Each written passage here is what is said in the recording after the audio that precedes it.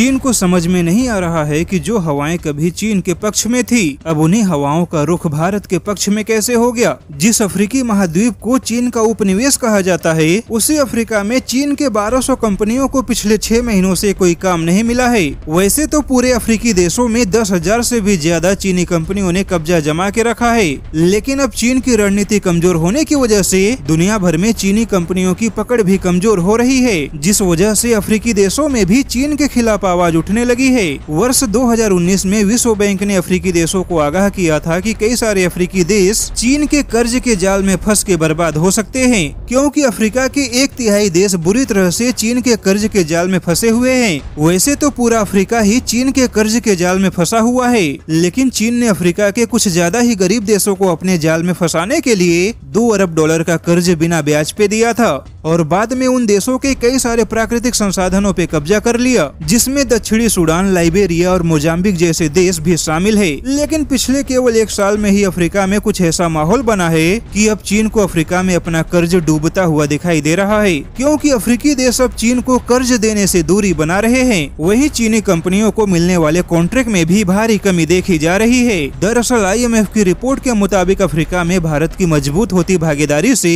चीन के कई सारी कंपनियों का व्यापार खटाई में पड़ गया है। वहीं अफ्रीकी देश भी अब भारत के साथ अपने द्विपक्षीय संबंधों को आगे बढ़ाने में दिलचस्पी दिखा रहे हैं। हालांकि चीन के लिए समस्या यह है कि चीन अपने BRI परियोजना से पहले ही अफ्रीकी देशों में निवेश के नाम पर प्राकृतिक संसाधनों का दोहन करता आया है, लेकिन अब भारत के बढ़ते सहयोग से अफ्रीकी देशों की आवाज बुलंद होने लगी है, जिस वजह से अब कई सारे अफ्रीकी देशों में चीन का कर्ज न देने और चीनी कंपनियों को अफ्रीका से बाहर निकालने के लिए मांग उठने लगी है। यानी कि अब तेजी से अफ्रीका की हवा चीन के लिए जहरीली बनती जा रही है।